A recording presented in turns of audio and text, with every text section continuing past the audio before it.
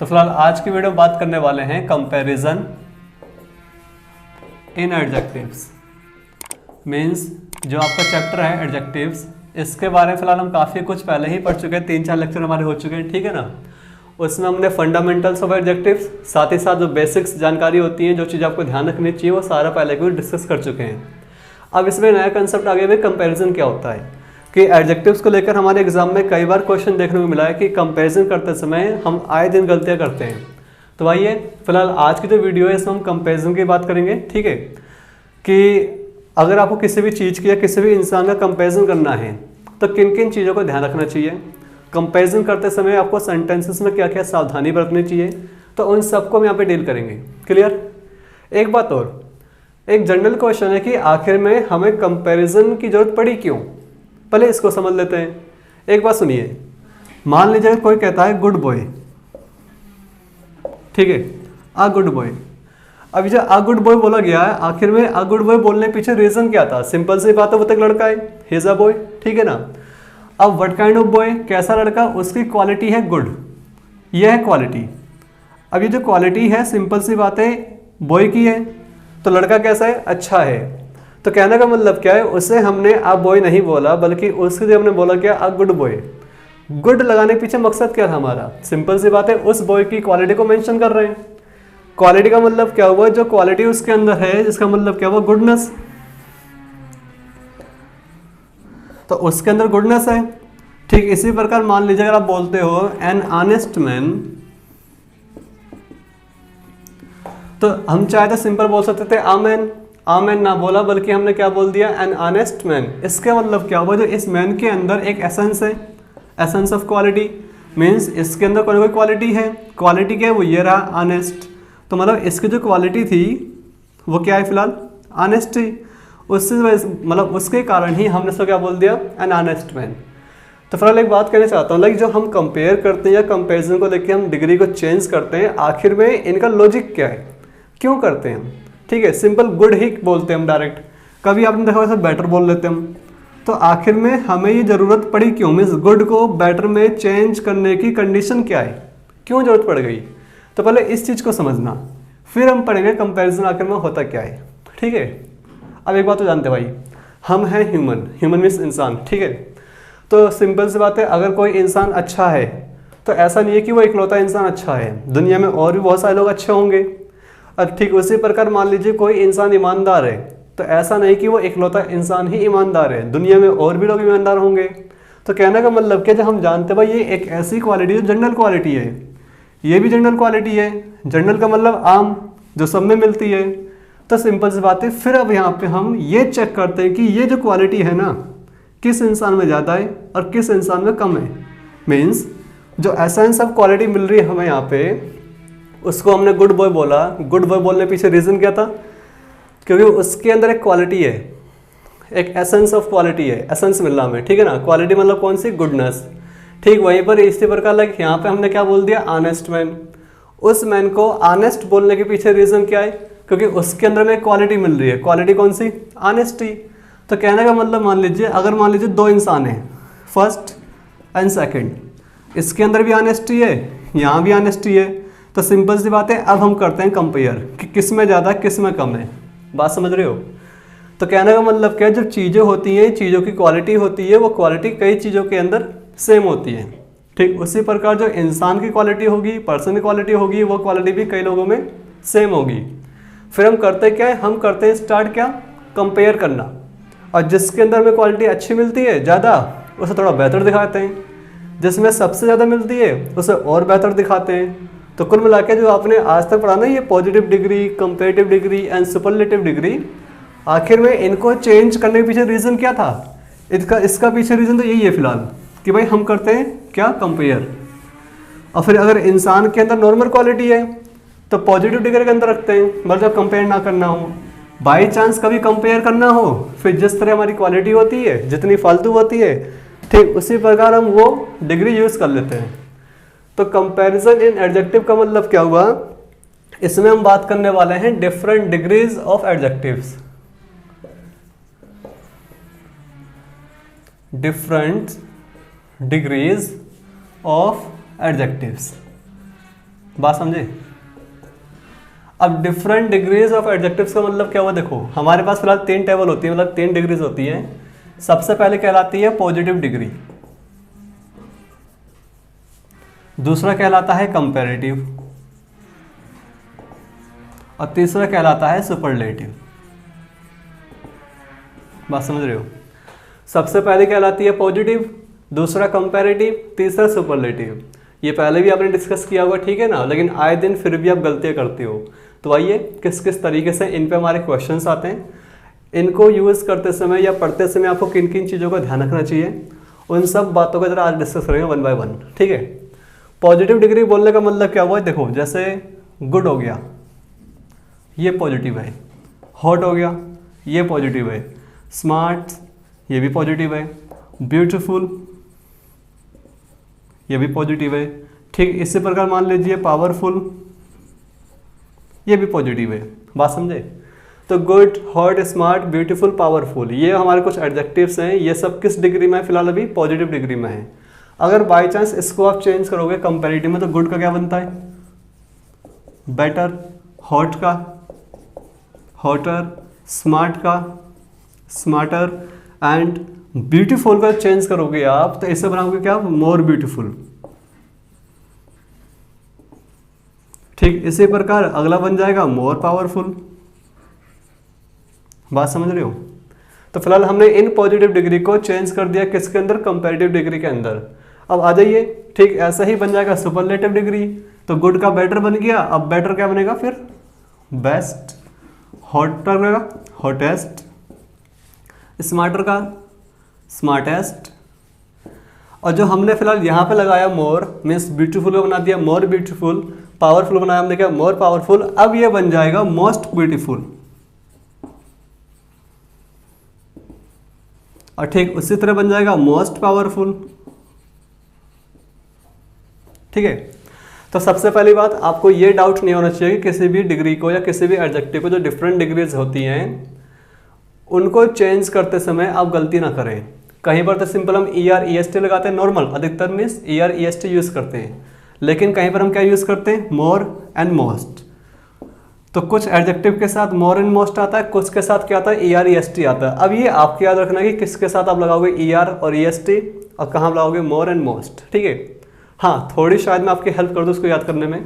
देखो इंग्लिश के ऐसे वर्ड जिसमें कम से कम 7 लेटर्स हों, ठीक है, उनके साथ कभी भी ER या EST नहीं लगाते हम।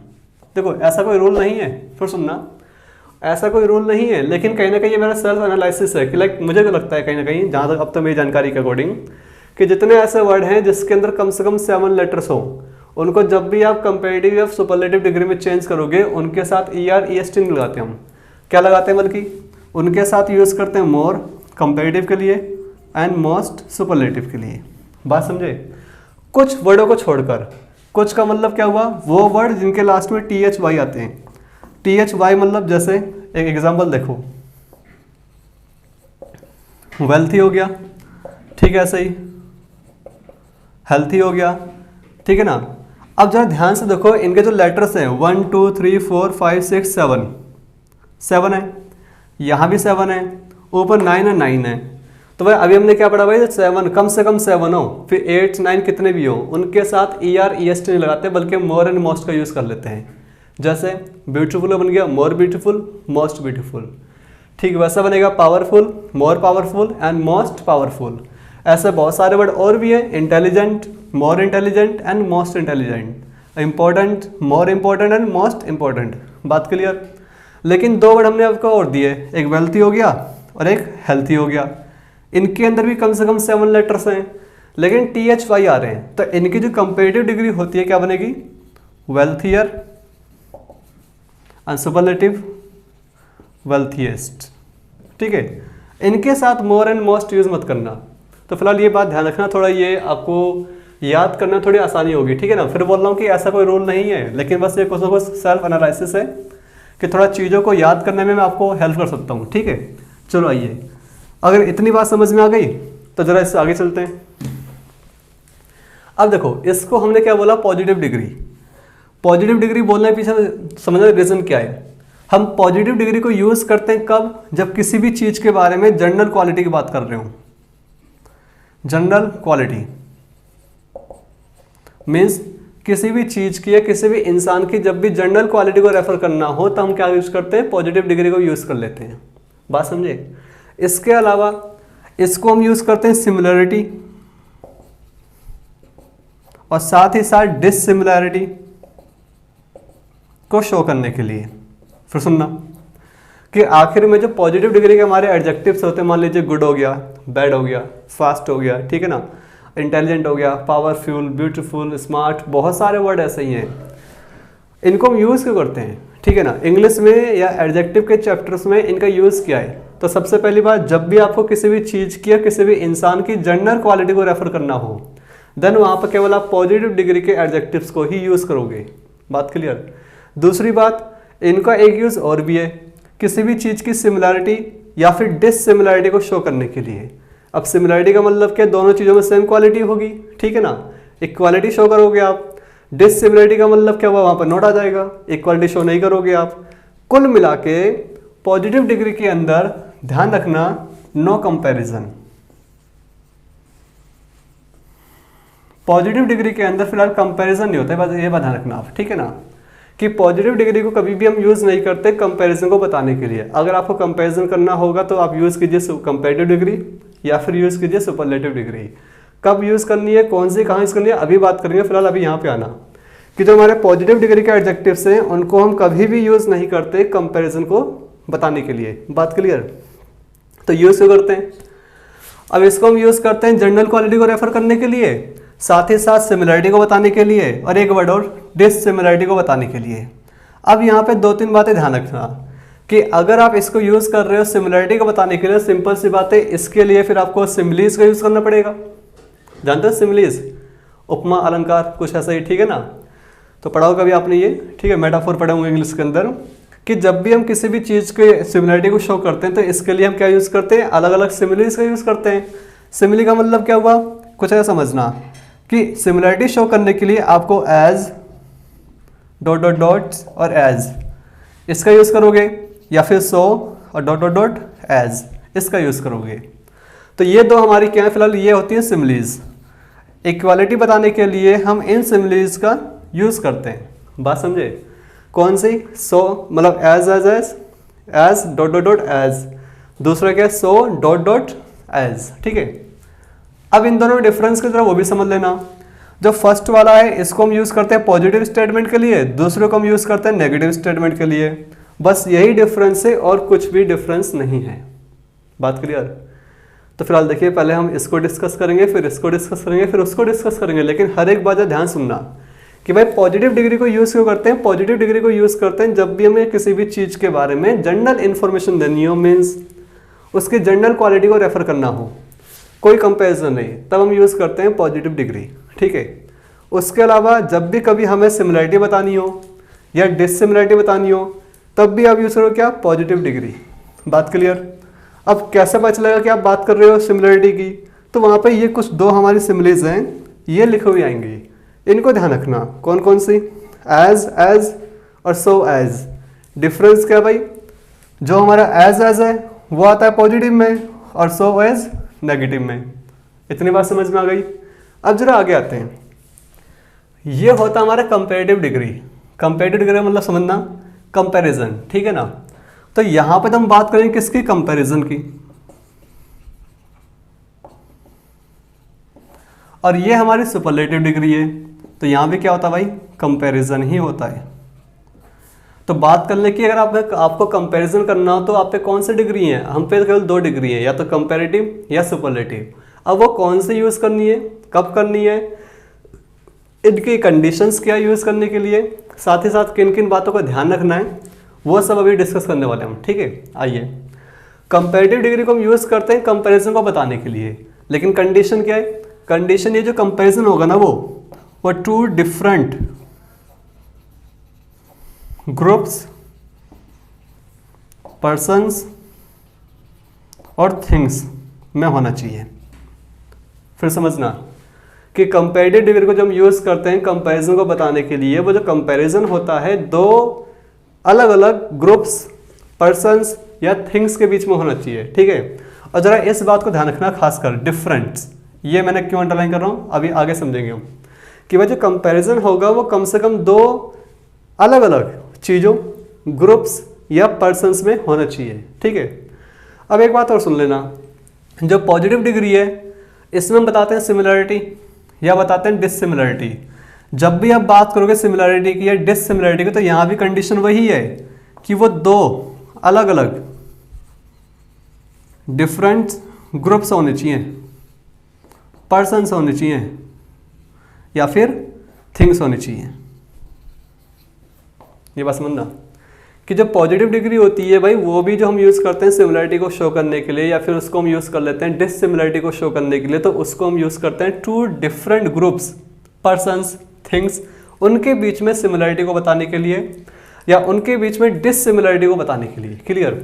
ठीक वही कहानी यहाँ पे भी है भाई, कंपैरेटिव डिग्री को हम यूज़ कर लेते हैं two different groups, person, things के बीच में कंपेरिजन करने, मतलब कंपेरिजन करने के लिए। बात क्लियर? इसके अलावा कंपैरेटिव डिग्री का और क्या यूज़ है भाई, ये तो बात हुई कंपैरिजन के लिए, ठीक है। इसके अलावा कंपैरेटिव डिग्री को हम यूज़ कर लेते हैं ऑप्शन को बताने के लिए, किसी भी चीज़ का ऑप्शन। कैसे? अभी आगे पढ़ेंगे, ठीक है ना। ऑप्शन के अलावा इसको हम यूज़ कर लेते हैं भाई रिलेटिव इंक्रीज या फिर डिक्रीज को बताने के लिए। शायद आपको दिखाई दे रहा होगा कैमरे में, ठीक है ना, हाईलाइट है ना आपको ये, अगर नहीं है सुन लेना कि भाई कंपैरेटिव डिग्री जो होता है इसको हम क्या यूज़ करते हैं, इसको यूज़ करते हैं कंपैरिजन करने के लिए। कंपैरिजन दो चीज़ों, दो पर्सन्स, दो वस्तुओं या दो ग्रुप्स के बीच में होना चाहिए। साथ ही साथ एक बात ध्यान रखना, वो जो दो चीज़ें होंगी, दो पर्सन्स होंगे, दो वस्तुएं होंगी, वो अलग अलग होनी चाहिए, ठीक है, मतलब अलग ग्रुप होना चाहिए, सेम ग्रुप नहीं। फिर इसके अलावा भाई कंपैरेटिव डिग्री को हम यूज़ करते हैं ऑप्शन को बताने के लिए। ऑप्शन का मतलब अभी बताएंगे, आगे पढ़ेंगे, ठीक है ना। इसके अलावा कंपैरेटिव डिग्री का एक यूज़ और भी है, रिलेटिव चेंज या फिर रिलेटिव इंक्रीज और डिक्रीज को बताने के लिए भी हम कंपैरेटिव डिग्री का यूज़ करते हैं। बात क्लियर? अगर आपको ये दिखाई ना दे रहा हो तो ध्यान रखना कि मैंने इंक्रीज और डिक्रीज लिखा है। अब समझने वाली बात क्या है भाई, कंपैरेटिव डिग्री के साथ कभी भी आर्टिकल दा नहीं आता, ठीक है। कंपैरेटिव डिग्री के साथ आर्टिकल दा का यूज़ नहीं करते। क्यों? हम करते हैं कंपैरिजन। तो एक बात ध्यान रखना कि हमने यहाँ डिस्कस करे तीन यूज़ किसके, कंपैरेटिव डिग्री के। सबसे पहला क्या, कंपैरिजन। अगर आप कंपैरिजन कर रहे हो भाई तो कंपैरेटिव डिग्री के साथ आने वाली प्रीपोजिशन कौन सी होगी, देन, THAN। फिर सुनना, कंपैरेटिव डिग्री को यूज़ करते हैं कंपैरिजन को बताने के लिए। जब भी कंपैरिजन करोगे ध्यान रखना उस टाइम पे वहाँ पर देन का यूज़ होगा। देन क्या है, प्रीपोजिशन ऑफ कंपैरिजन। बात क्लियर? लेकिन इसके अलावा हमने क्या बात पढ़ी भाई, कंपैरेटिव डिग्री के और भी यूज़ हैं। क्या यूज़ है? ऑप्शन को बताने के लिए, इसके अलावा रिलेटिव इंक्रीज और डिक्रीज को बताने के लिए। तो जब भी आप कंपैरेटिव डिग्री का यूज़ करोगे ऑप्शन को बताने के लिए तो वहाँ पर आपको और मिलेगा, और मीन्स कंजक्शन। और रिलेटिव इंक्रीज या डिक्रीज को बताने के लिए या फिर और ऑप्शन को बताने के लिए देन वहाँ पे आपको बिटवीन मिल सकता है, ऑफ मिल सकता है, मीन्स इनमें से कोई से भी प्रीपोजिशन मिल सकती है। बात समझे? तो हमेशा देन आएगा, ऐसी कहानी नहीं है। देन तब यूज़ करना जब आप कंपेरिजन कर रहे हो। बाई चांस अगर आप बात कर रहे हो ऑप्शन की या फिर रिलेटिव इंक्रीज और डिक्रीज की, देन के अलावा आपके मल्टीपल जो प्रीपोजिशन हैं फिलहाल वो भी आ सकती है, ठीक है। जैसे और हो गया कंजक्शन हमारा, बिटवीन हो गया प्रीपोजिशन हमारी, ऑफ हो गया वही हमारी प्रीपोजिशन है। इतनी बात क्लियर? अब जरा एक बात और ध्यान रखना, जब भी आप देन का यूज़ करोगे तो इसका मतलब क्या, आप कंपेरिजन कर रहे हो तो वहाँ पर आर्टिकल दा का यूज़ मत करना। लेकिन जब भी आप कंपैरेटिव डिग्री को यूज़ कर रहे हो किसी और चीज़ को बताने के लिए, ऑप्शन या रिलेटिव इंक्रीज और डिक्रीज को बताने के लिए, तो उसके साथ आर्टिकल दा लग जाएगा। बात समझ में आ रही है कि कंपैरेटिव डिग्री के साथ आर्टिकल दा यूज़ नहीं करते, ऐसा कहना नहीं, पागलपंती होगी, ठीक है ना, और आधी अधूरी बात होगी। कंपैरेटिव डिग्री के साथ में आर्टिकल दा लगता है, कब लगता है वो जानना जरूरी है। जब भी आप कंपैरेटिव डिग्री को यूज़ करोगे फिलहाल कंपैरिजन के लिए तो वहाँ पर आर्टिकल दा नहीं आएगा और वहाँ पर कंपैरेटिव डिग्री हमारा सो प्रीपोजिशन है देन का यूज़ करोगे। लेकिन मान लीजिए कि आप उसी कंपैरेटिव डिग्री को यूज़ कर रहे हो ऑप्शन को बताने के लिए, देन वहाँ पे आपको आर्टिकल दा यूज़ करना पड़ेगा। और मान लीजिए उसी कंपैरेटिव डिग्री को यूज़ कर रहे हो आप रिलेटिव इंक्रीज या डिक्रीज को बताने के लिए, देन उस समय भी आपको option the means article the use करना है, ठीक है ना। इसके अलावा जो कंपेरेटिव डिग्री है ना, इसका एक यूज़ और भी है। क्या यूज़ है? इसको हम यूज़ कर लेते हैं ग्रेजुअल चेंज को बताने के लिए। तो ये कुछ यूजेस हैं, ठीक है, थोड़ा ध्यान से ध्यान रखना। जो जो यूजेस हम यहाँ डिस्कस कर रहे हैं पहले उनको ध्यान रखना, ठीक है। तो यही हमारी फंडामेंटल्स होते हैं और हर चीज़ के, ठीक है ना।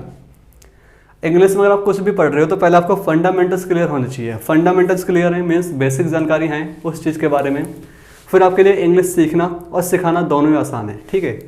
अब होता है कि हम किताबों में कुछ रूल नियम रट्टा मार लेते हैं, ठीक है, कुछ चीज़ें पढ़ लेते हैं और पूरी इंग्लिश को उसी एंगल से देखते हैं हम, तो ऐसा सही नहीं है, ठीक है। आप जो भी पढ़ रहे हो, जो भी समझ रहे हो या जो भी लिख रहे हो, कम से कम उसका रीज़न आपको पता होना चाहिए कि लॉजिक क्या आखिर में। विदाउट लॉजिक पढ़ाई कर रहे हो तो वो कोई फ़ायदा नहीं है। फिर तो वही कहानी है कि लाइक ईटिंग विदाउट डाइजेशन, आप खाना खा रहे हो पचा नहीं रहे हो, वही बात हो गई, ठीक है ना। तो इसलिए जब भी कोई चीज़ पढ़ो खासकर इंग्लिश के अंदर, तो उसका लॉजिक पता होना चाहिए कि आखिर में इसको हम यूज़ क्यों कर रहे हैं, क्या क्या लॉजिक्स हैं, ठीक है। लॉजिक्स पता होगा तो सिंपल सी बात है, आपको अंदर से कॉन्फिडेंस आएगा। और जो कॉन्फिडेंस है ना, वही वो चीज़ है जो आपको इंग्लिश सीखने और सिखाने में काफ़ी हेल्प करेगा। विदाउट कॉन्फिडेंस से कुछ काम करो आप तो सिंपल सी बात है, उसमें कामयाबी मिलना आसान नहीं है, मज़ा नहीं आता। तो वही कहानी है, ठीक है, कि इंग्लिश में हर चीज़ का फिलहाल लॉजिक है। कोई भी चीज़ अपवाद नहीं है, एक्सेप्शन नहीं है, ठीक है। अपवाद एक्सेप्शन कहने का मतलब क्या हुआ कि सिंपल सी बात है, गोली देना। अगर कोई टीचर आपसे कह रहा है कि ये अपवाद है, एक्सेप्शन है, तो इसका मतलब क्या, वो गोली दे रहा है। लेकिन मेरा ऐसा मानना है कि नहीं, इंग्लिश को दूसरे एंगल से देखो तो यहाँ पे हर एक चीज़ का लॉजिक है, हर एक चीज़ का रीज़न है। अब पता ना हो तो बात अलग है, अपवाद बोल दो, एक्सेप्शन बोल दो, मतलब कुछ भी कह दो बच्चों के सामने। बात समझ रहे हो? चलो आइए। तो फिलहाल अब तक हमें केवल कंपेरेटिव डिग्री का एक ही यूज़ पता था। अब हमने यहाँ पे 4 यूज़ डिस्कस कर लिए हैं। सबसे पहला कंपैरिजन, दूसरा ऑप्शन, तीसरा रिलेटिव इंक्रीज एंड डिक्रीज और चौथा ग्रेजुअल चेंज। बात क्लियर? इनके साथ साथ में कौन सी प्रिपोजिशन आएंगी वो ध्यान रखना, कब आर्टिकल दा लगाना है कब नहीं लगाना, जरा वो बात भी ध्यान रखना। इन सब के एग्जाम्पल्स वगैरह अभी हम डिस्कस करेंगे बाद में, ठीक है। पहले इसको भी समझ लेते हैं। अब ये बात होगी सुपरलेटिव डिग्री। सुपरलेटिव डिग्री का मतलब क्या? कंपैरिजन। अब जैसा कंपैरिजन होगा ना, वो कम से कम मोर देन टू। अब मोर देन 2 डिफरेंट ग्रुप्स नहीं, यहां डिफरेंट नहीं होगा। सुनना फिर, कि सिमिलरिटी शो करने के लिए, डिससिमिलरिटी शो करने के लिए आपके जो ग्रुप्स था उसकी कंडीशन थी कम से कम डिफरेंट ग्रुप्स होने चाहिए। यहाँ भी बात हो रही है कि यहाँ भी कम से कम 2 डिफरेंट ग्रुप्स होने चाहिए। लेकिन जो सुपरलेटिव डिग्री होता है उसके अंदर 2 डिफरेंट ग्रुप्स नहीं चाहिए। सिंपल सी बात है, मोर देन 2 के लिए होगा। मीन्स जो पर्सनस होंगे या वस्तुएं होंगी या इंसान होंगे वो 2 से फालतू होंगे, लेकिन वो सेम ग्रुप के होंगे। यहाँ लिख दूं, सेम ग्रुप। तो जरा ये बात ध्यान रखना कि जो कंपैरेटिव डिग्री होती है इसको हम यूज़ करते हैं कंपेयर करने के लिए, लेकिन दोनों चीज़ें अलग अलग ग्रुप से होनी चाहिए। सिमिलरिटी शो करने जब हम यूज़ करते हैं सिमिलेज, वो भी दोनों चीज़ें अलग अलग ग्रुप से होनी चाहिए, ठीक है। लेकिन बात कर लें सुपरलेटिव डिग्री, तो उसको हम यूज़ करते हैं सिंपल सी बात है किसी को सुपीरियर दिखाने के लिए कि एक सबसे बेहतर है। और वो किन से बेहतर है? वो सारे के सारे लोग एक ही ग्रुप से बिलोंग करेंगे। तो यहाँ पे क्या बात हो रही है? Same group. इतनी बात क्लियर? हाँ, मोर देन 2 होना चाहिए। इसके अलावा एक बात और, जब पता है कि ये सेम ग्रुप के लिए है, मोर देन 2 होगा, तो इसके लिए जो प्रीपोजिशन आएगी कौन सी आएगी? पहली अमंग आएगी, दूसरा इन आ सकता है, तीसरा ऑफ यूज हो सकता है। मतलब इनके अलावा कोई, मतलब ये कोई से भी आ सकते हैं, ठीक है ना। अब 2 के लिए तो बिटवीन आता है, लेकिन यहाँ पर 2 से फालतू है तो अमंग का यूज़ कर लेना, अमंग काट कर आप इन कर लेना या ऑफ कर लेना, मर्जी आपकी है। क्लियर इतना? अब एक बात और, जो हमारी सुपरलेटिव डिग्री होती है इनमें सभी के साथ आर्टिकल द फिक्स होता है। क्यों होता है वो भी आगे डिस्कस कर लेंगे हम। बात समझे कि सुपरलेटिव केस में सभी के साथ आर्टिकल द फिक्स होता है, कंपैरेटिव में कभी होता है कभी नहीं होता है। क्यों होता है क्यों नहीं वो अब आपको डिस्कस कर चुका मैं, ठीक है। एक बात और, जो कंपैरेटिव डिग्री होती है ना, मैंने क्या कहा, इसमें कंपैरिजन 2 चीज़ के बीच में होता है। तो इसका मतलब इसमें जो कंपैरिजन होगा वन वर्सेस अनदर। बात समझ रहे हो? इसमें जो कंपैरिजन होगा वो 1 वर्सेस अनदर होगा। मीन्स एक चीज़ का कंपैरिजन किसी दूसरी चीज़ से। एक इंसान का कंपेरिजन किसी दूसरे इंसान से, बात समझ रहे हो। लेकिन सुपरलेटिव डिग्री में क्या होता है, इससे तो कंपेरिजन होगा वन वर्सेस ऑल, एक का कंपेरिजन फिलहाल सभी से होगा। तो यहाँ पे वन वर्सेस ऑल, यहाँ पे वन वर्सेस अनदर। तो फिलहाल ये कुछ हमारी डिग्रीज हैं, ठीक है। अगर यहाँ तक कोई डाउट ना हो, पहले एक बार दोबारा सुन लो, समझ लो, ठीक है, फिर जरा से आगे चलते हैं। और इसका बाकायदा आप स्क्रीनशॉट वगैरह लेते रहना, या नोट डाउन कर दो, नोट डाउन कर लेना, ठीक है। कहने का मतलब क्या भाई, हम कंपैरिजन का यूज़ करते हैं एडजेक्टिव्स के अंदर। सबसे पहला क्वेश्चन तो यही है कि आखिर में कंपैरिजन की जरूरत पड़ी क्यों। अब सिंपल सी बात है, इंसान है, अलग अलग क्वालिटी होंगी, किसी में क्वालिटी कम होंगी, किसी में ज़्यादा होंगी। तो जिसमें ज़्यादा है और जिसमें कम है, उन दोनों को हम कंपेयर करेंगे। कंपेयर करेंगे कितनी मात्रा में ज़्यादा कम है, उसको बताने के लिए हमें डिग्री चाहिए, मतलब किस डिग्री के अंदर, ठीक है ना, ज़्यादा कम है। इसलिए फिर एडजेक्टिव्स की डिफरेंट डिग्रीज बन जाती हैं। अब पॉजिटिव डिग्री बन गई, कंपैरेटिव बन गई, एंड देन सुपरलेटिव बन गई। पॉजिटिव डिग्री का यूज़ कब करते हैं, जब सिंपल सी बात है उस इंसान की जनरल क्वालिटी को रेफर करना हो, नो कंपैरिजन, या फिर किसी दो इंसान के बीच के अंदर सिमिलरिटी शो करनी हो, या फिर डिससिमिलरिटी शो करनी हो। और जब भी आप सिमिलरिटी या डिससिमिलरिटी शो करोगे तो वहाँ पर हम दो सिमिलीज का यूज़ कर लेते हैं, एज या सो एज, ठीक है। और एक बात और, ये तो दो पर्सन की बात कर रहे हैं, जहाँ पे सिमिलरिटी शो करोगे या डिससिमिलरिटी शो करोगे, ध्यान रखना वो आपके दो डिफरेंट ग्रुप के पर्सन थिंग्स होने चाहिए, ठीक है। अब आगे आते हैं, अगला जो हमारा है वो है कंपैरेटिव डिग्री। कंपैरेटिव डिग्री का मतलब क्या हुआ, यहाँ पे जो कंपैरिजन होगा कम से कम दो इंसानों के बीच में होगा, दो चीज़ों के बीच में होगा, दो वस्तुओं के बीच में होगा, ठीक है। और जब कंपैरिजन कर रहे हैं ध्यान रखना, तो वो दो चीज़ें, दो इंसान, दो वस्तुएं, जो भी चीज़ें होंगी वो डिफरेंट ग्रुप से बिलोंग करनी चाहिए, ग्रुप सेम नहीं होगा। फिर कंपैरेटिव डिग्री के जो यूज़ होते हैं और भी कई सारे यूज़ हैं। पहला यूज़, दूसरा मतलब ऑप्शन को बताने के लिए, इसके अलावा रिलेटिव इंक्रीज एंड डिक्रीज को बताने के लिए, इसके अलावा ग्रेजुअल चेंज को बताने के लिए। तो कंपैरिजन को छोड़कर बाकी जो यूज़ हैं इसके, उन सब के लिए जब आप भी कंपैरेटिव डिग्री का यूज़ करोगे उस टाइम पे उसके साथ आर्टिकल दा लग जाएगा। बात क्लियर। अब जब भी आप कंपैरिजन करोगे तो प्रपोजिशन कौन सी, कंपैरिजन वाली, देन का यूज़ कर लेना।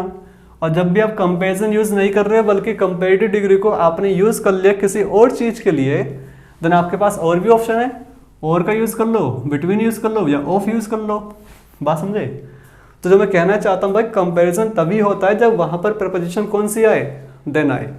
और जब देन आएगा आर्टिकल दा मत लगाना, देन ना आया और बिटवीन ऑफ कुछ भी आ गया आर्टिकल दा लगा देना। क्लियर। ये तो बात है कंपैरेटिव डिग्री। और एक बात और, इसकी अंडरस्टूड मीनिंग क्या होती है, वन वर्सेस अनदर, मीन्स एक का कंपैरिजन किसी दूसरे से। क्लियर। आते हैं सुपरलेटिव डिग्री। सुपरलेटिव डिग्री को हम यूज़ करते हैं भाई कंपैरिजन करने के लिए, लेकिन ये कंपैरिजन वन वर्सेस ऑल होता है, मीन्स दो से फालतू, ठीक है। तो एक का कंपैरिजन बाकी सभी इंसानों से हम करते हैं। अब इसमें क्या है, कंडीशन ये कि जो ग्रुप होता है वो सेम ग्रुप होता है, सेम ग्रुप के अंदर ही कंपैरिजन होता है। अब जब दो से फालतू है तो बिटवीन तो आएगा नहीं, क्या आएगा, अमंग, इन, या फिर ऑफ। ये सारी बातें थी। अगर ये समझ में आ गया ना, तो एक काम करते हैं, अब जरा देखते हैं कि हमारे एग्जाम में इनको लेकर क्वेश्चन किस तरीके से आते हैं, ठीक है। और जो अब तक हमने सारी बातें पढ़ी हैं, यहाँ पे देखी हैं, जो हमने यहाँ पे समझा फिलहाल पिछले 20-25 मिनट से, जरा उस पर कुछ एग्जाम्पल्स देखिए। तो फिलहाल मैंने एक सेंटेंस लेता हूँ यहाँ पे। Question first, he is as wiser as you are. एक सेंटेंस है फिलहाल ये, ठीक है। He is as wiser as you are. He is not as good as his brother. देखिए, तो फिलहाल हमने दो सेंटेंस लिया। पहला सेंटेंस क्या है, he is as wiser as you are. दूसरा है he is not as good as his brother, ठीक है। अब हम जानते हैं भाई फर्स्ट सेंटेंस है, फर्स्ट सेंटेंस में हमने एक सिमिली यूज कर लिया एज। तो इसका मतलब क्या, सिमिलरिटी शो कर रहे होंगे, या डिसिमिलरिटी। अब यहाँ तो नेगेटिव मीनिंग तो है नहीं, है तो पॉजिटिव, तो यहाँ बात क्या बात शो कर रहे हैं हम, यहाँ शो कर रहे हैं हम सिमिलरिटी,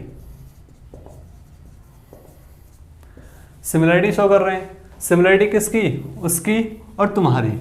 अब क्या कह रहे हैं भाई, वो इतना होशियार है जितना कि तुम, तो एज का मतलब क्या हुआ, इतना जितना, ठीक है ना। ही इज एज वाइजर, वो इतना होशियार है जितना कि तुम, ठीक है, एज यू आर। अब एक बात जानते हैं हम कि जो एज है इसको हम यूज करते हैं कब, पॉजिटिव डिग्री के लिए।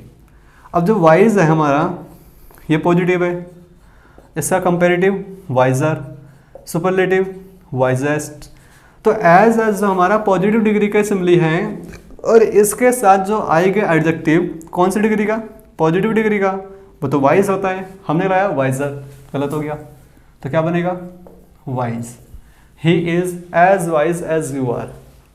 बात समझे, तो बहुत आसान क्वेश्चन था, ठीक है, समझ में आ गया होगा। दूसरे क्वेश्चन पे आते हैं। दूसरा क्या है, he is not as good as his brother. अब एक बात देखिए, हमने एज का यूज कर लिया, ठीक है, पॉजिटिव डिग्री का हमारा एडजेक्टिव है, ये भी ठीक है, लेकिन एक बात समझना, क्या हम इसको लेकर और इसको लेकर इक्वालिटी शो कर रहे हैं, मीन्स क्या हम ही की हिज ब्रदर से इक्वालिटी शो कर रहे हैं, नहीं। यहाँ बात हो रही है किसकी, मतलब सिमिलरिटी नहीं, यहाँ बात हो रही है किसकी, डिसिमिलरिटी की, कि वो इतना अच्छा नहीं है जितना कि उसका भाई है। तो सिंपल से बात है, डिसिमिलरिटी नेगेटिव हो गया तो एज गलत, क्या आएगा, सो एज। बात समझ रहे हो। तो बस इतना ही आपको बात ध्यान रखनी है कि आपके एग्जाम में इतने ही क्वेश्चन आते हैं पॉजिटिव डिग्री को लेकर। अगर ये बात समझ में आ गई तो थोड़ा इससे आगे आते हैं। मैंने एक सेंटेंस लिया,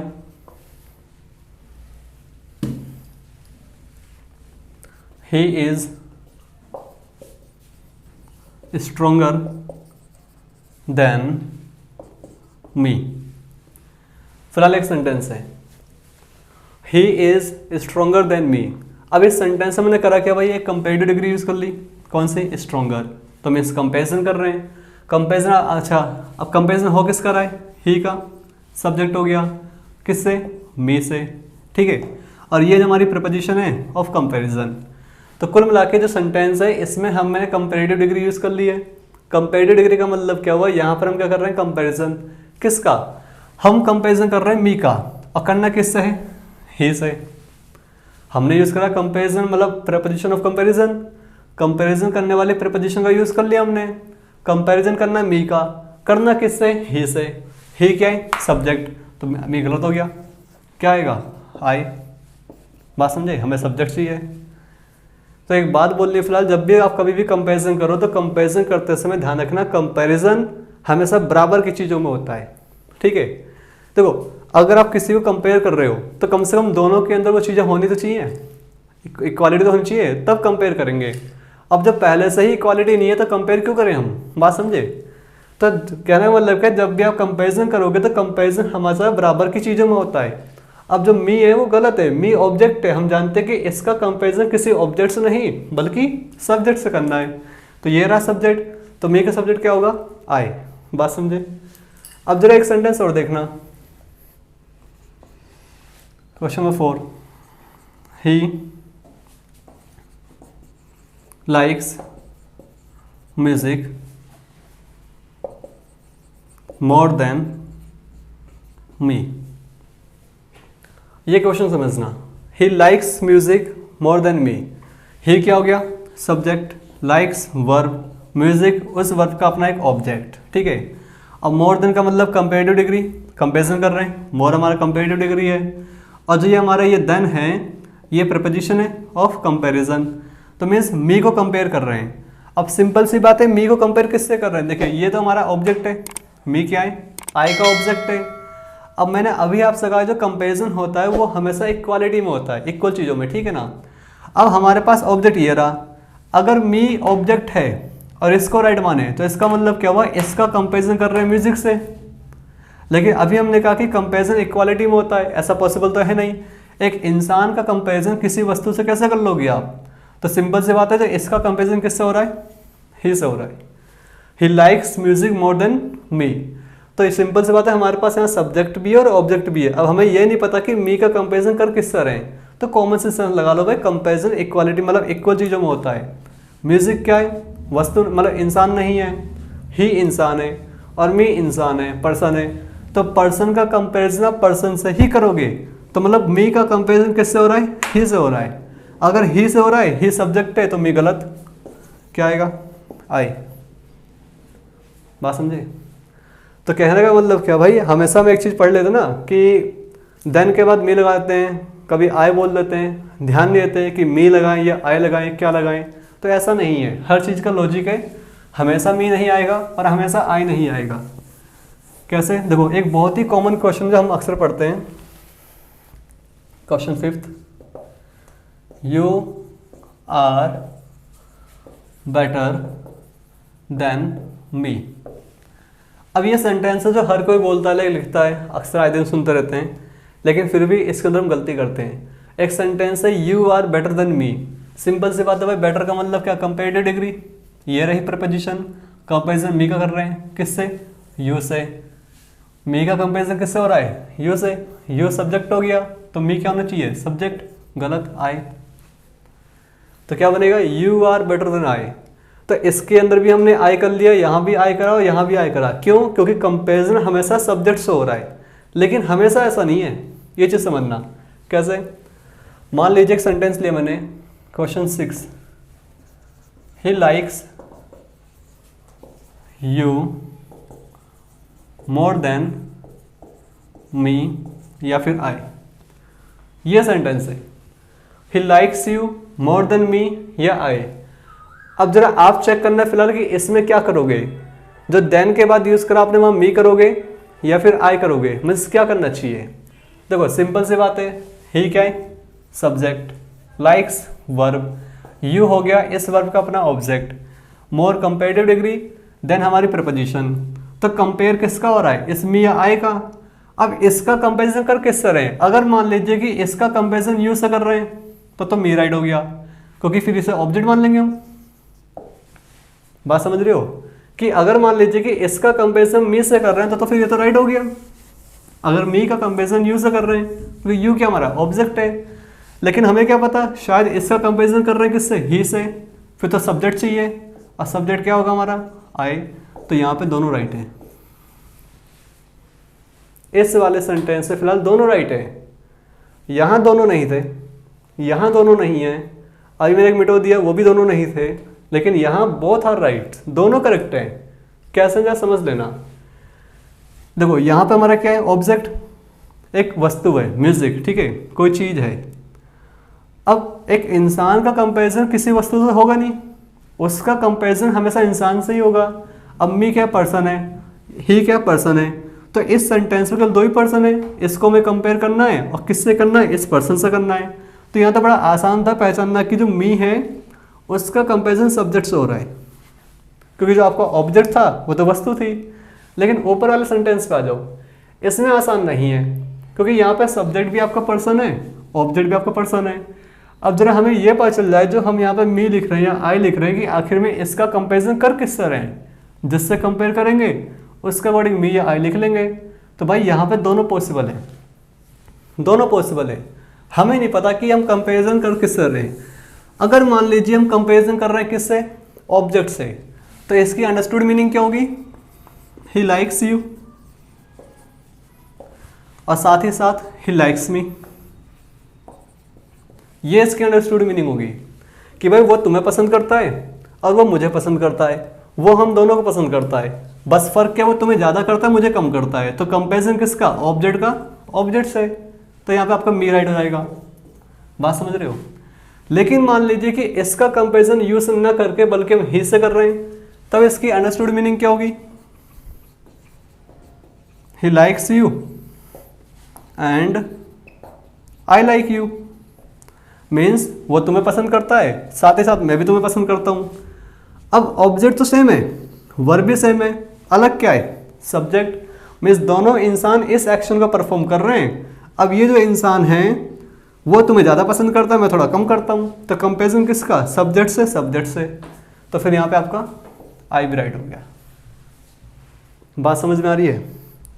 तो फिलहाल बजाय चीज़ों को रट्टा मार के पढ़ना, ठीक है, या एम आई बस किताबों के अंदर पढ़ लिया, रूल नियम कानून याद कर लिए, जो कहने में अच्छा लग रहा है, सुनने में अच्छा लग रहा है, उसको सही मान लिया।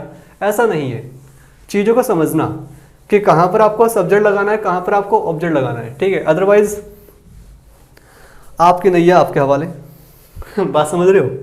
तो बजाय रट्टा मार के आप चीज़ों को समझिए, ठीक है। देखो जरा इसको बेहतर तरीके से समझते हैं। एक सेंटेंस और लेता हूँ मैं, जरा यहाँ पे आ जाइए। क्वेश्चन 7 लेकर आऊँ, दे लव म्यूजिक, या कुछ और लेते हैं, they are better than you, they are better than you. अब सिंपल सी बात है, अगर मैं ऐसा मिलता जुलता सेंटेंस लूं, they are better than me, तो अभी हमने डिस्कस करा भाई, जो ये THAN, हाँ बेटर देन मी, ये देन है, मीन्स मी को कंपेयर कर रहे हैं किससे, दे से। दे क्या हो गया, सब्जेक्ट, तो यहाँ मी गलत, क्या बनना चाहिए, आई। तो क्या बन जाएगा, they are better than I. ठीक इसी प्रकार यहाँ जो यू है, इसको कंपेयर कर रहे हैं किससे, दे से। दे सब्जेक्ट है तो यू तो ऑलरेडी सब्जेक्ट है, दे सब्जेक्ट है तो यू तो पहले से सब्जेक्ट है। अब सिंपल सी बात है भाई, आई सब्जेक्ट होता है, आई का ऑब्जेक्ट मी, ही सब्जेक्ट है, इसका ऑब्जेक्ट हिम, दे सब्जेक्ट है, इसका ऑब्जेक्ट देम, वी सब्जेक्ट है, इसका ऑब्जेक्ट अस। तो कहने वाला जो हमारा प्रोनाउंस होते हैं ना, फिलहाल सभी प्रोनाउंस को पहचानना बड़ा आसान है कि उस प्रोनाउन का सब्जेक्टिव केस क्या होगा या उसका ऑब्जेक्टिव केस क्या होगा, बस केवल एक को छोड़कर। एक कौन सा, यू, क्योंकि यू का सब्जेक्ट यू रहता है, यू का ऑब्जेक्ट यू रहता है। बात समझे? तो ये जरा हमें कंफ्यूज करता है कि जो हमने यू कर रखा है, लाइक यू को यूज़ करा है सेंटेंस में, आखिर हमने उसको यूज़ करा सब्जेक्टिव केस में या फिर उसको हमने यूज़ करा किस में, ऑब्जेक्टिव केस में। इसलिए जब भी आपको यू को यूज़ करोगे सब्जेक्टिव केस में, तो आपको थोड़ा मेंशन करना पड़ेगा कि वो सब्जेक्ट है। अब यहाँ पे हमने यू तो यूज़ कर लिया, कायदे से तो देखो नियम कानून रूल वगैरह जो भी आप मानना, कायदा तो यही है भाई कि कंपेरिजन सब्जेक्ट से हो रहा है, तो यहाँ पे भी आपका सब्जेक्ट आना चाहिए। अब ये सब्जेक्ट है, क्या दिक्कत है? लेकिन हमें कैसे पता कि ये सब्जेक्ट है या ऑब्जेक्ट है? जैसे यहाँ तो मी है और आई है, इसको पहचानना काफ़ी आसान है, लेकिन इसको कैसे पहचाने कि ये सब्जेक्ट ही है, ऑब्जेक्ट नहीं है? तो सिंपल सी बात है भाई, यहाँ पे क्या आएगा, आर, एक आर लगाइए, तो क्या बन जाएगा, यू आर। अब यू आर लिखने से मतलब ये बात समझिए, जो आर आया है किसके लिए, यू के लिए, तो यू क्या हो गया, सब्जेक्ट। बात समझ रहे हो? तो इस तरीके से कभी भी अगर आपके एग्जाम में क्वेश्चन आता है जहाँ पे कंपेरिजन कैसे करना है, यू करना है, तो अगर बाई चांस वो सब्जेक्ट हो तो उसके साथ एक हेल्पिंग वर्ड लिख दीजिए। अब जैसा टेंस होगा ठीक वैसे उसकी हेल्पिंग करा देगी। हेल्पिंग वर्ड से क्या होगा, लाइक आप वहाँ पे क्लियरली मेंशन कर दोगे जो यू है वो सब्जेक्टिव केस में है, ना कि ऑब्जेक्टिव केस में है। चलो आगे आते हैं, जरा इससे एक सेंटेंस और देखते हैं। Question number 9, they love music more than you, या फिर यू डू। देखो ये सेंटेंस है, दे लव म्यूजिक, उन्हें म्यूजिक पसंद है, मोर देन यू, या फिर यू डू, तुमसे ज़्यादा। अब चेक ये करना है कि यहाँ पे यू भी काफ़ी है, यू पे एक सेंटेंस छोड़ दें, या वाक्य में यू डू करें, मीन्स इनमें से कौन सा लगाएं। तो सिंपल सी बात है, इसका कंपेरिजन पर्सन है, अब पर्सन का कंपेरिजन पर्सन से ही होगा। पर्सन से मतलब क्या, दे से, ये रहा सब्जेक्ट, ये रही वर्ब, ये रहा ऑब्जेक्ट।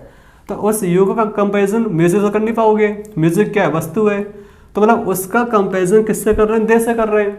दे क्या है, सब्जेक्ट। जब ये सब्जेक्ट है तो यहाँ पर सब्जेक्ट चाहिए। अब यू भी सब्जेक्ट है, ये भी सब्जेक्ट है, लेकिन मैंने अभी आपसे कहा कि क्लियरली मेंशन करना पड़ेगा, तो उसके साथ हेल्पिंग वर्ड चाहिए, ये गलत। क्लियर? अब ये चीज़ें क्या है, आपने लिखे हुए देखेंगे मेट्रो के अंदर या बसेस के अंदर एक सेंटेंस लिखा होता है। देखो क्या लिखा होता है, प्लीज ऑफर योर सीट, अपनी सीट ऑफर कर दो, to those who need it more than you. ये सेंटेंस है, प्लीज ऑफर योर सीट्स, कृपया अपनी सीट ऑफर कर दो टू दोज, उन लोगों को, हु नीड इट, जिनको जरूरत है इसकी, मोर देन यू डू, तुमसे ज़्यादा। तो मतलब हु हमारा हो गया क्या, रिलेटिव प्रोनाउन दोज। तो दोज हु मतलब वो लोग जिनको आवश्यकता है, ठीक है ना, एक ग्रुप। और दूसरे कौन है, तुम, दूसरे ग्रुप। तो क्या बात करें भाई, अपनी सीट ऑफर कर दो उन लोगों को जिन लोगों को ये सीट तुमसे ज़्यादा ज़रूरत है, ठीक है। अब एक बात सुनना कि जो हमने हु सब्जेक्ट हो गया, नीड वर्ब हो गई, इट ऑब्जेक्ट हो गया। अब यू का कंपैरिजन कर रहे हैं किससे, हु से, क्योंकि इट्स तो कर नहीं पाएंगे, इट तो वस्तु के लिए मतलब सीट के लिए आ गया है। यू का कंपैरिजन कर रहे हैं किससे, हु से। यू पर्सन है, हु पर्सन है, वो सब्जेक्ट है।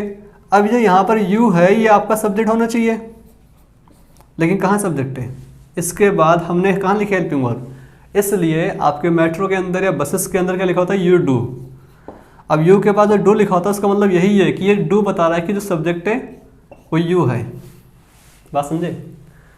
जो इस तरह के सेंटेंसेस के लास्ट में डू लगा होता है, वो डू का लिखने का रीज़न केवल एक ही है, ये बताने के लिए, ये हाईलाइट करने के लिए जो हमने यू को यूज़ करा है ना, वो सब्जेक्टिव केस में यूज़ करा है।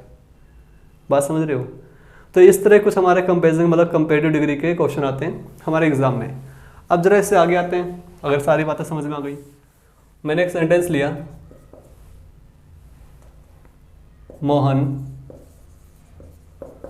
Is better than any student in his class. Mohan is better than any student in his class। एक सेंटेंस है, वहीं को ले लेते हैं। Delhi is a bigger, Delhi is bigger than any city in India। ये दो सेंटेंस समझते हैं। Delhi is bigger, ये दो सेंटेंस समझते हैं। Delhi is bigger than any city in India। अब एक बात सुनना, हम एक बात बोल रहे भाई, Mohan is better than any student in his class। Means Mohan है वो अपनी क्लास के बाकी सभी स्टूडेंट से बेहतर है। अब मान लीजिए इसकी क्लास है और इसमें बाकी सारे स्टूडेंट हैं, ठीक है, और हम क्या कह रहे हैं भाई, एनी स्टूडेंट्स। तो बाय डिफॉल्ट एक बात समझना, तो कि एनी स्टूडेंट का मतलब क्या है, जो मोहन है वो सभी बच्चों से बेहतर है। तो एनी का मतलब ऑल, एनी की अंडरस्टूड मीनिंग क्या होती है, ऑल होती है ना, मतलब कोई सा बच्चा हो, चाहे ये वाला हो, ये हो, ये हो, ये हो, कोई सा भी हो। तो एनी का मतलब क्या हुआ, बाय डिफॉल्ट ऑल। तो जो एनी का मतलब ऑल हो गया, तो any student in his class, इसका मतलब क्या हुआ, उसकी क्लास का कोई सा बच्चा। तो कोई सा बच्चा, ये बता दीजिए, क्लास है उसके अंदर एनी स्टूडेंट की बात कर रहे हैं, क्या उसमें मोहन शामिल है, नहीं शामिल है, मोहन खुद शामिल है। अगर बोला आ रहा है कि any student in his class का मतलब क्या हुआ कि उसकी क्लास का कोई सा ही बच्चा, कोई सा भी लड़का या कोई सा ही बच्चा। तो इन बच्चों के अंदर मोहन खुद भी तो शामिल है। अब जो कंपेरिजन कर रहे हैं हम, वो कंपेरिजन सेम ग्रुप का हो गया। जो कंपैरिजन कर रहे हैं वो तो सेम ग्रुप में हो गया। और मैंने आपसे क्या कहा भाई, जब भी आप कंपैरिजन करोगे ध्यान रखना ग्रुप आपका अलग होना चाहिए। तो मीन्स ये वो सारे बच्चे हैं जिनसे हमें कंपैरिजन करना है, और कंपैरिजन करना है मोहन का। अब मोहन भी इनमें से एक है, ठीक है, मान लीजिए ये मोहन है। अब मोहन का कंपैरिजन उसकी क्लास के बाकी सारे बच्चों से हो रहा है, तो इसका मतलब जो क्लास है, जो ग्रुप है, वो तो ग्रुप तो सेम ही हो गया। तो इसको मोहन को अलग करना पड़ेगा। अलग करने का मतलब क्या हुआ, ये जो मोहन आएगा ये एक ग्रुप बन जाएगा, और जो बाकी बच गए बच्चे वो दूसरा ग्रुप बन जाएंगे। बात समझ रहे हो। तो अलग कैसे करोगे, अलग करने के लिए फिर आपको अदर लगाना पड़ेगा, अदर। तो क्या बन जाएगा, Mohan is better than any other student in his class. अब अदर का मतलब क्या हुआ, हमने मोहन को एक्सक्लूड कर दिया, मोहन को क्लास से बाहर कर दिया। तो मोहन एक अलग ग्रुप बन गया, एक अलग इंसान, उसका कंपैरिजन एक दूसरे ग्रुप से हो रहा है जो क्लास के बाकी सारे बच्चे बच गए। तो बात समझ रहे हो। तो हमारे एग्जाम में एक क्वेश्चन आता है कि एनी के बाद अदर का यूज़ कब करते हैं। एनी का यूज़ मतलब जब भी कोई कंपेरेटिव डिग्री हो, इसकी कंडीशन यही है कि कंपेयर तब करना जब आपके दो ग्रुप अलग अलग ग्रुप हों, ठीक है। अभी हमने पीछे डिस्कस किया था। तो मोहन, तो एनी स्टूडेंट का मतलब क्या हुआ, मोहन खुद शामिल है, मोहन को अलग करना पड़ेगा ताकि आप दूसरा ग्रुप क्रिएट कर सको। तो अदर लगाते ही दूसरा ग्रुप बन गया। बात समझ रहे हो। ठीक, ऐसा क्वेश्चन ये रहा।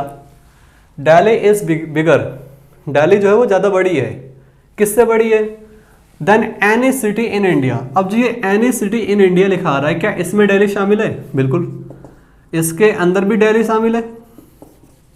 एनी सिटी इन इंडिया का मतलब क्या हुआ, इंडिया की कोई सा भी शहर, इंडिया का कोई सा भी शहर, मतलब इंडिया में कोई सी भी सिटी। तो इंडिया में कोई सी भी सिटी का मतलब क्या हुआ, दिल्ली भी तो सिटी के अंदर आएगी। अब मान लीजिए इंडिया है, ठीक है ना, इसमें बहुत सारी सिटी हैं, तो कोई सी भी, तो वो कोई से का मतलब क्या हुआ, एनी का मतलब ऑल, तो मैं सारी की सारी सिटी। तो दिल्ली कहाँ है, दिल्ली तो इंडिया के अंदर ही है, वो भी इसमें शामिल है। तो दिल्ली को हमें अलग करना पड़ेगा, क्या आएगा फिर, एनी अदर सिटी। बात समझे, क्योंकि दिल्ली इंडिया से अलग नहीं है, दिल्ली इंडिया का पार्ट है। ठीक उसी प्रकार मोहन क्लास से अलग नहीं है, मोहन उसी क्लास का एक पार्ट है। तो अलग करने के लिए हमें एनी के साथ में अदर यूज करना पड़ेगा। बात समझ रहे हो। लेकिन एक चीज समझिए, मान लीजिए अगर ये सेंटेंस थोड़ा अलग होता, अब मैं इस बार ऐसे लिख दूं, question 13, Delhi is bigger than any other city in Nepal. मान लीजिए अगर वहाँ पे इंडिया ना होता, नेपाल होता, तो अब एक बात तो जानते हैं भाई हम, दिल्ली किसका पार्ट है, इंडिया का, अलग ग्रुप। नेपाल इंडिया से बाहर है, अलग ग्रुप। तो मीन्स बाय डिफॉल्ट पहले से ही दो पार्ट है यहाँ पे, ठीक है। तो यहाँ पे जब पहले से ही दो पार्ट है, फिर हमें यहाँ पे किसी भी चीज़ को एक्सक्लूड करने की जरूरत नहीं पड़ेगी। फिर हमने अदर कलर लगा दिया, अदर काटा, इसमें अदर नहीं आएगा। क्या बनेगा, Delhi is bigger than any city इन नेपाल। बात समझ रहे हो, कि जो दिल्ली है वो इंडिया का पार्ट है। अब इंडिया का कंपैरिजन करते तो वहाँ पे अदर लगाते, ताकि इंडिया से आप दिल्ली को एक्सक्लूड कर सको, ठीक है।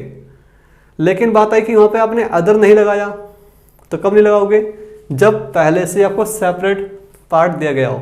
यहाँ नेपाल लिखा हुआ है, नेपाल इंडिया का पार्ट नहीं है, और ना ही दिल्ली नेपाल का पार्ट है। बात समझ रहे हो। तो ये जरा कुछ क्वेश्चंस थे हमारे एनी को लेकर आते हैं, ठीक है, कि कंपैरेटिव डिग्री के साथ जब भी एनी आएगा तो उसके बाद आप अदर कब लगाओगे। और देखो एक क्वेश्चन एक और है, मैं कह रहा हूं, no player is as experienced as Sachin Tendulkar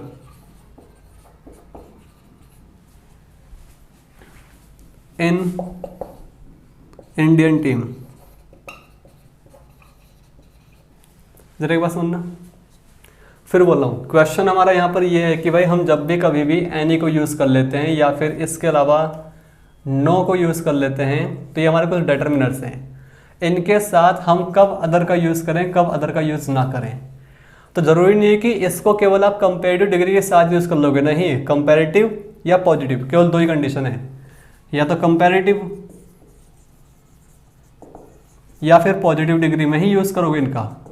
ऐसा क्यों, इसका भी रीज़न है। सुपरलेटिव डिग्री में क्यों नहीं कर सकते, क्योंकि भाई हमें पता है भाई जब भी हम पॉजिटिव डिग्री में यूज़ करते हैं किसी भी सिमिली का, तो उसके लिए दो डिफरेंट ग्रुप्स होने चाहिए। तो एनी और नो के साथ में अदर लिखने से हम दूसरा ग्रुप क्रिएट कर लेते हैं, ठीक है। ठीक उसी प्रकार जब हमें कभी कंपैरिजन मतलब कंपैरिजन बताना हो, तो कंपैरेटिव डिग्री में भी हमें दो ग्रुप चाहिए। तो एनी और नो के साथ अदर यूज़ करने से हम दूसरा ग्रुप क्रिएट कर लेते हैं। लेकिन जो सुपरलेटिव डिग्री होती है ना, उसमें हम किसी एक को बाकी सबसे सुप्रीम बताते हैं, मतलब वो एक इंसान बाकी सबसे बहुत बेहतर है। और उसमें जो कंपैरिजन होता है वो सेम ग्रुप के अंदर होता है, दूसरा ग्रुप क्रिएट करने की जरूरत नहीं पड़ेगी आपको, ठीक है। इसलिए इनका यूज़ कभी भी हम सुपरलेटिव डिग्री में नहीं करते।